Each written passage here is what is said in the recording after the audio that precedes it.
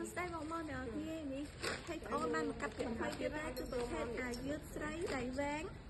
មានខ្លួនវែងខ្លួនខ្លីបងជាប្រភេទដែលបានក្រិតអេបងមានចំណាប់អារម្មណ៍អាចទៅតាមមកកាន់ page VL បងប្អូនឬក៏ Telegram នៅបងប្អូនអ្នកនៅខាងលើនឹងបានបងអានេះប្រភេទដែលបានលេខ1បងមានចំណាប់អារម្មណ៍កុំភ្លេចទៅតាមមកកាន់ page បងប្អូនណាហើយខាងបងប្អូនក៏មាន Facebook ស្មារតីដែរបងទាំងនៅខេត្តទាំងនៅបាញ់បងមើលដល់ទីតាំងផ្ទាល់ក៏បានដែរបងទីតាំងបងប្អូននៅក្រោយវត្តអង្គថ្មីបងអានេះប្រភេទអេវ៉ាន់អាយុស្រីបងក្រិតអេមានខ្លួនវែងខ្លួនខ្លីបងច្រឡំអារម្មណ៍កុំភ្លេចទៅមកកាន់ page បងប្អូនណាបងនេះស្អាតខ្លាំងណាបងអានេះកោះគិបអីបងមើលតហ្មងណាបងនេះ